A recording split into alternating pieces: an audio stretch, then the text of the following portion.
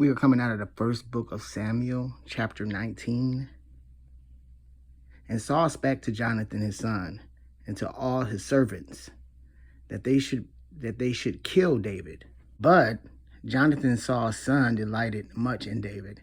And Jonathan told David, saying, Saul my father seeketh to kill thee. Now therefore, I pray thee, take heed to thyself until the morning, and abide in a secret place, and hide thyself. And I will go out and stand beside my father in the field where thou art, and I will commune with my father of thee, and what I see, that I will tell thee. And Jonathan spake good of David unto Saul his father, and said unto him, Let not the king sin against his servant, against David, because he hath not sinned against thee, and because his works have been to thee word very good.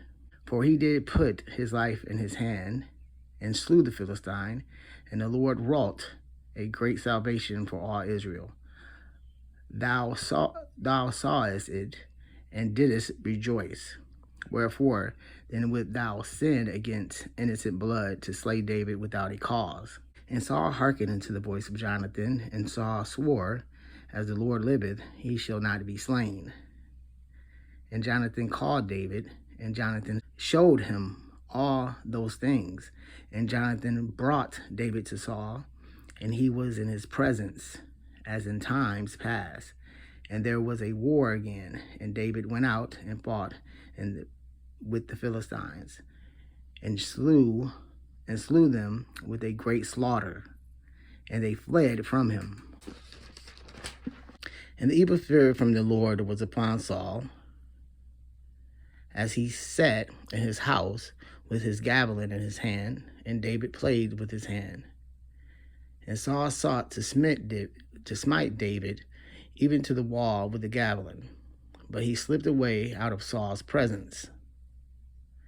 And he smote the javelin into the wall, and David fled, and escaped that night. Saul also sent messengers into David's house to watch him, and to slay him in the morning. And Michal, David's wife, told him, saying, If thou save not thy life tonight, tomorrow thou shalt be slain. So Michal let David down through a window, and he went and fled and escaped. And Michal took an image and laid it in the bed, and put a pillow of goat's hair for his bolster, and covered it with a cloth. And when Saul sent messengers to take David, she said, He is sick. And Saul sent the messengers again to see David, saying, Bring him up to me in the bed, that I may slay him. And when the messengers were come in, behold, there was an image in the bed, with a pillow of goat's hair for his bolster. And Saul said unto Michal, Why hast thou deceived me so, and sent away mine enemy, that he is escaped? And Michal answered Saul, He said unto me, Let me go, why should I kill thee? So David fled and escaped, and came to Samuel to Ramah, and told him all that Saul had done to him. And he and Samuel went and dwelt in Neoth. And it was told Saul, saying, Behold, David is at Reneth and Ramah. And Saul sent messengers to take David. And when they saw the company of the prophets prophesying, and Samuel standing as appointed over them, the Spirit of God was upon the messengers of Saul, and they also prophesied. And when it was told Saul, he sent other messengers, and they prophesied likewise. And Saul sent messengers again to the third time, and they prophesied also. Then went he also to Ramah, came to a great well that is in Shechem, and he asked and said, Where are Samuel and David?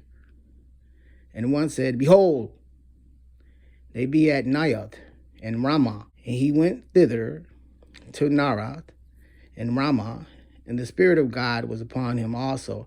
And he went on and prophesied until he came to Neoth in Ramah. And he stripped off his clothes also, and prophesied before Samuel in like manner.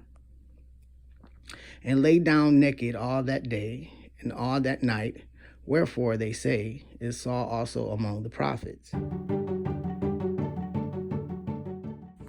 Immediately after David's marriage, which one would have hoped would secure him Saul's affection, we find his troubles coming upon him faster than ever, and Saul's enmity to him the cause of all.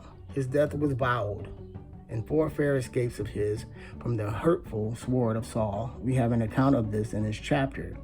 The first by the prudent mediation of Jonathan, the second by his own quickness, the third by Michal's fidelity, the fourth by Samuel's protection, and a change for the present wrought upon Saul. Thus, God has many ways of preserving his people. Providence is never at a loss.